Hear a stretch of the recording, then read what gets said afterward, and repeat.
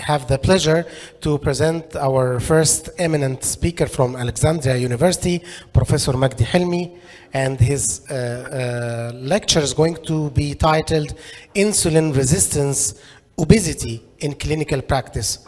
What, why, how? The floor is yours, Professor. Thank you very much. Happy to be here again, and thank you for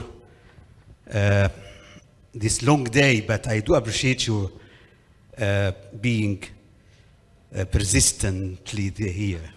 شكرا على الصمود. Insulin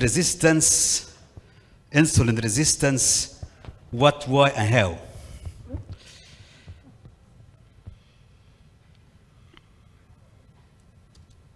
Well, so we're trying to answer concerning insulin resistance, and being a diabetologist, focusing toward the side of pre-diabetes and type 2 diabetes, trying to answer what, why, how, and another how. Let's begin with what. What is insulin resistance? Very simply, we all know that insulin, when attaching to insulin receptor, is helping glucose to get inside the cells. So it will help the blood glucose to remain at normal level and help the cell to get glucose for energy production. Insulin resistance simply when cells do not respond well to insulin. Insulin is there, but cells are not responding well. The main cause of this is visceral fat. And this large waist circumference is the main issue here. Looking at this section, the subcutaneous fat is a good one, but this visceral fat is not a good one. Adipocytes here do secrete adipokines and hormones, which create inflammatory state. This inflammatory state is the main cause of insulin resistance. So, insulin resistance means cells are not responding well to insulin.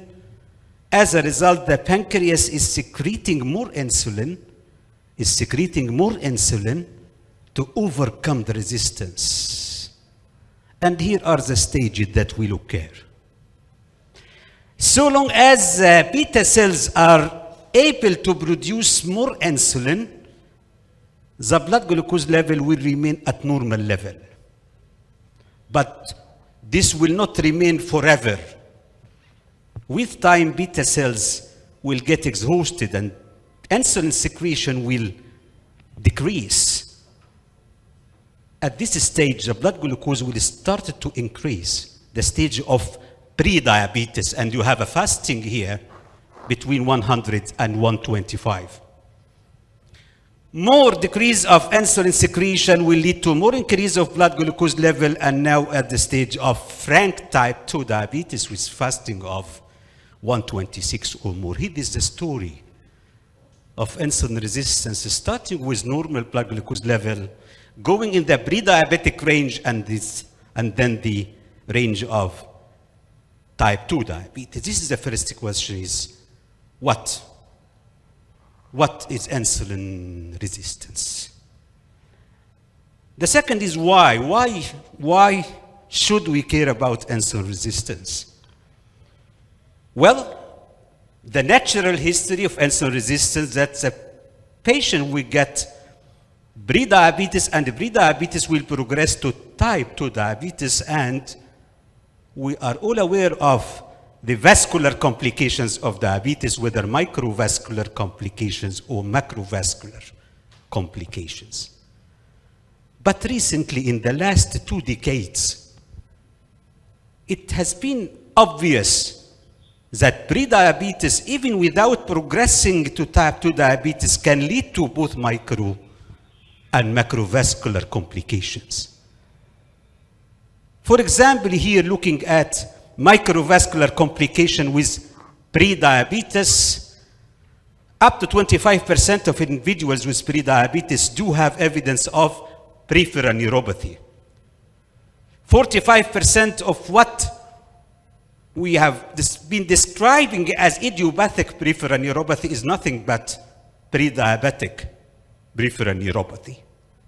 Not only somatic, but autonomic neuropathy as well. People with unexplained resting tachycardia or erectile dysfunction, this can be due to pre-diabetic state. Retinopathy, data from diabetes prevention programs that almost 8% of people with pre-diabetes were having evidence of retinopathy. And consistently in German data, another 8% of people with pre-diabetic were having evidence of retinopathy. Nephropathy starts in the pre-diabetic phase, and the pathology of diabetic nephropathy starts before the onset of diabetes. Pre-diabetes is independent risk factor of albuminuria. This is for microvascular disease. For macrovascular disease, it might be worse. A meta-analysis showed that pre-diabetes is a risk factor for coronary artery disease and stroke. Another meta-analysis, 20% increased risk of cardiovascular disease in pre-diabetics compared with non-diabetic or non-pre-diabetic. Paris prospective study have shown that doubling of cardiovascular mortality occurs in people with pre-diabetes. So this is the second question. Why should we care about insulin resistance? The third question is how to diagnose insulin resistance. And let me just put here a snapshot of the website of the NIH, National Institute of Health in the United States. And here is for awareness of the public. It's not a medical website. Awareness of the public. And here is some quotations from the websites. What are the symptoms of insulin resistance? Nothing. Because sometimes we hear that one is coming to your office, that I have insulin resistance, so I'm having hair fall, I'm having wrinkled skin, I'm having depression, I'm unhappy. Insulin resistance per se does have no specific symptoms. Sometimes you can find acanthosis nigricans here, the back of the neck or in the flexures, maybe in the axilla or in the groin. Pre-diabetes is still having no symptoms. You do not have the typical symptoms of polyuria, polydipsia, loss of weight, only in the range of diabetes. And according to the NIH again, they are telling people that we use blood tests to measure the blood glucose. We measure the blood glucose. We do not usually test for insulin resistance. A specific tests for insulin resistance are complicated and used mostly for research. We usually measure the fasting blood glucose, maybe A1C. And when to test for blood glucose, well, the ADA recommends screening for pre-diabetes if you are overweight, BMI above 25, with any one of these risk factors. First degree relative with type 2 diabetes, cardiovascular disease, hypertension, dyslipidemia, polycystic ovary, physical inactivity. And if you are not overweight, but you are above the age of 35, you should be screened for pre-diabetes from every 1 to 3 years. So what about home IR? That everyone is performing home IR.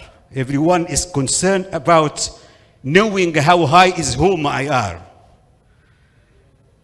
And I should admit that I logged online on the Facebook anonymously and asked, sorry about Arabic here, how can I know that I have insulin resistance?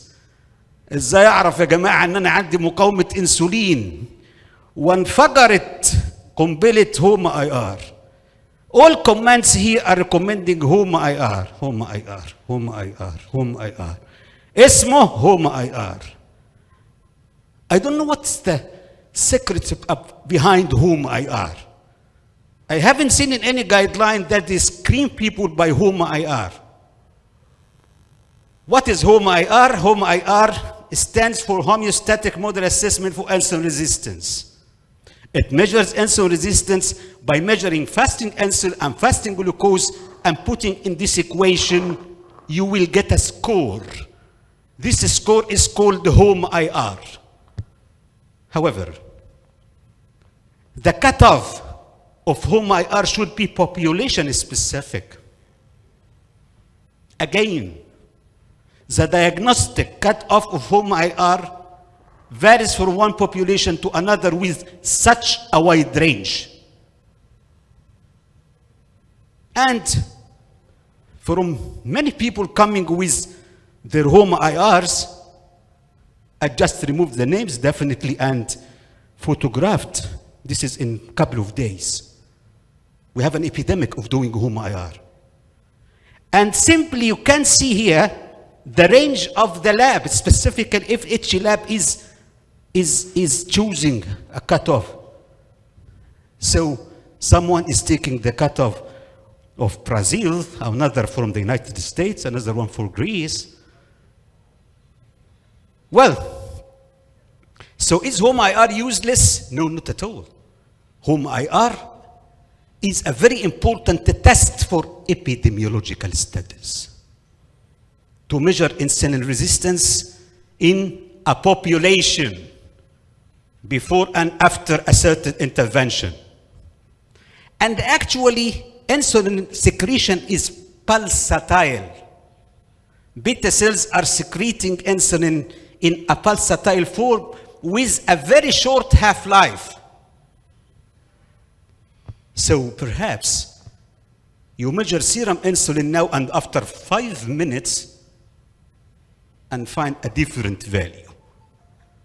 If you are measuring whom I are for a population and taking the average with or without a standard deviation, it's acceptable. But for an individual, if you are insisting in getting whom I are, what would recommend to measure 3 samples with 5 minutes intervals? And we will never do that. So back to the IDF. What is metabolic syndrome? What is insulin resistance syndrome?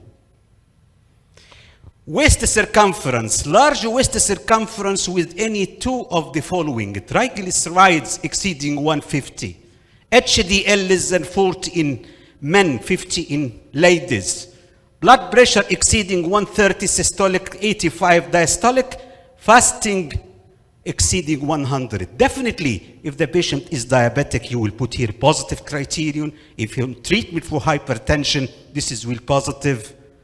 Accordingly, you define insulin resistance syndrome, metabolic syndrome, but take care.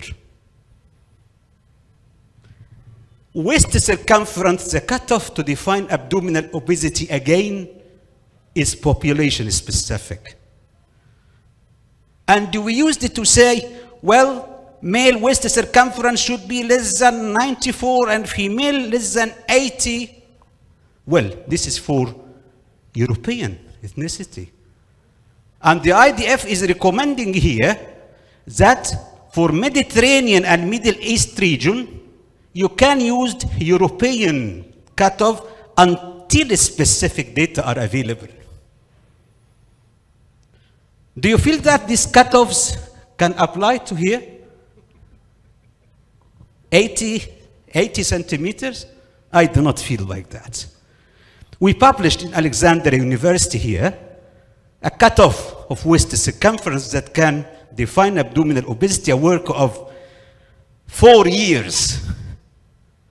And it's 100.5 in male and 96.25 in lady. This is the cutoff we can apply here in our country. Well, if you need a score, sometimes people need a number, a number to define things. So I would recommend this index, recently emerging index, triglycerides glucose index. Triglycerides glucose index. You measure fasting blood glucose and fasting triglycerides. Just you need to know the blood glucose and the triglycerides level. And you go here on online, you can find this calculator. For example, here triglycerides is 235, glucose is 119. The score is 5.12. The cutoff here to define insulin resistance is triglyceride glucose index more than 4.49. So we have clearly here insulin resistance. This is predictive for type 2 diabetes, for fatty liver, and for cardiovascular disease. Data from Pure study validating this index and showing that, and Pure study is on more than 140,000 people from 22 countries, 5 continents, follow up 13 years on average, is a mega study. Validating and confirming that this index is predictive for cardiovascular disease, for type 2 diabetes, for insulin resistance, for fatty liver, and for cardiovascular mortality. So if you want to calculate something, it might be more beneficial than calculating this HOMA-IR. Last how is how to manage insulin resistance, and I'll take you back to the NIH website. They are not putting a lot of drugs and a lot of techniques and a lot of sophisticated things. Physical activity and losing weight. Eating healthier can prevent type 2 diabetes and reverse insulin resistance based on data from diabetes prevention program. In diabetes prevention program, just weight loss by 7% or more. And the methodology was very simple, of like 30 minutes of brisk walking a day, reducing saturated fat, losing just 7% of weight could reduce the risk of diabetes by 58%. Drugs-wise, metformin in pre-diabetic range, if people are unable to participate in lifestyle and the A1C is deteriorating, is getting higher.